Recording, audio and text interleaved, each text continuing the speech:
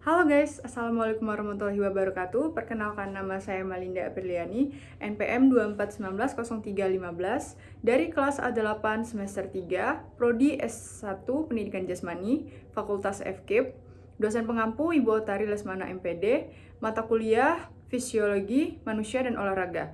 Di sini saya akan mempresentasikan sebuah materi yang berjudul Fisiologi Olahraga dalam topik cairan dan prestasi anaerobik.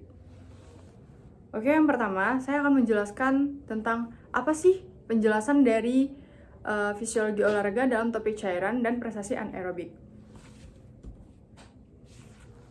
Oke, fisiologi olahraga dalam topik cairan dan prestasi anaerobik adalah studi tentang bagaimana tubuh berfungsi atau sistem energi, cairan, dan lain-lain saat berolahraga tanpa oksigen dan seringkali melibatkan aktivitas intensitas tinggi dalam waktu singkat seperti sprint atau angkat beban.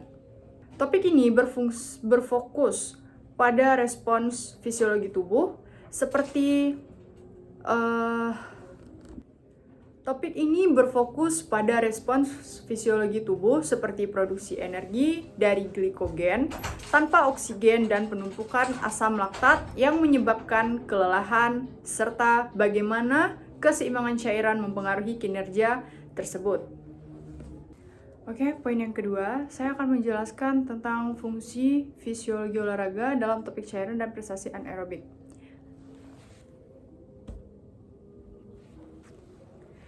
Yang pertama, yaitu memahami hubungan antara hidrasi dan kinerja.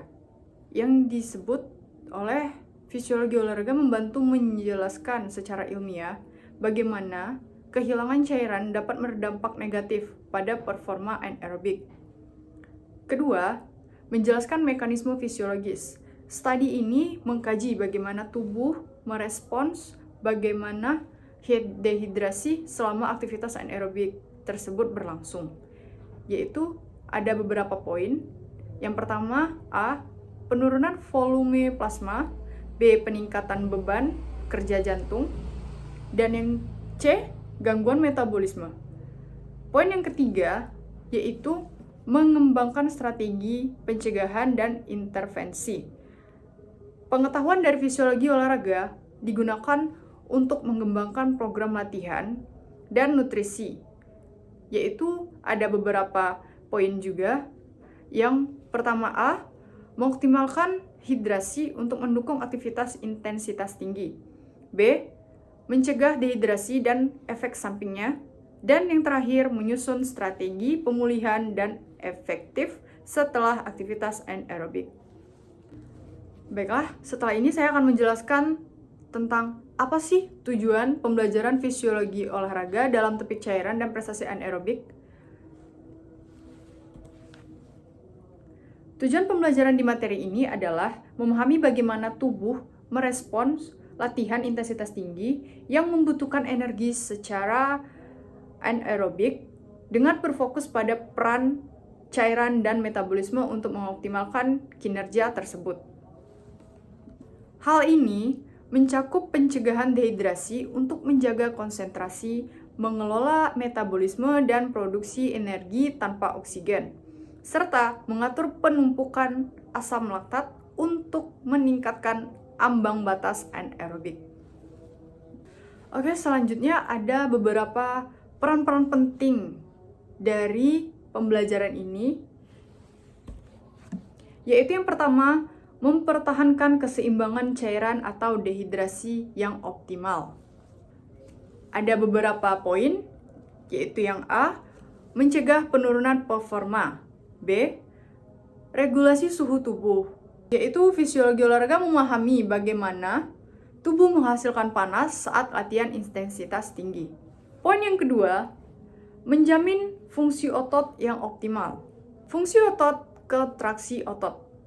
Cairan dan elektrolit sangat penting untuk sinyal saraf yang memicu kontraksi otot yang tepat. Ketidakseimbangan dapat menyebabkan kram otot dan penurunan kekuatan yang krusial untuk aktivitas anaerobik seperti angkat beban atau lari cepat, yaitu yang disebut dengan sprint. Penyediaan energi, meskipun latihan anaerobik tidak membutuhkan oksigen secara langsung, ketersediaan glikogen atau sumber energi utama, dan proses metabolisme yang efisien membutuhkan lingkungan seluler yang terhidrasi dengan baik, yaitu dehidrasi mengganggu proses kimia ini. Poin yang ketiga, yaitu mengoptimalkan sistem energi anaerobik. Penanganan produk sampingan metabolisme yang pertama, dan yang kedua pemulihan yang lebih cepat seperti fisiologi olahraga menekankan pentingnya rehidrasi pasca latihan untuk mengisi kembali cairan dan elektrolit yang hilang, mempercepat proses pemulihan dan mempersiapkan tubuh untuk sesi latihan berikutnya. Oke, setelah itu saya akan menjelaskan tentang kesimpulan dari materi yang sudah saya jelaskan, yaitu bahwa status dehidrasi yang optimal sangat penting untuk menjaga fungsi tubuh dan performa atletik secara keseluruhan termasuk dalam aktivitas anaerobik. Oke guys, itulah materi yang dapat saya sampaikan. Jika ada kesalahan kata atau kekurangan materi, saya mohon maaf. Semoga bermanfaat untuk kita semua. Saya akhiri. Terima kasih. Wassalamualaikum warahmatullahi wabarakatuh. Bye-bye.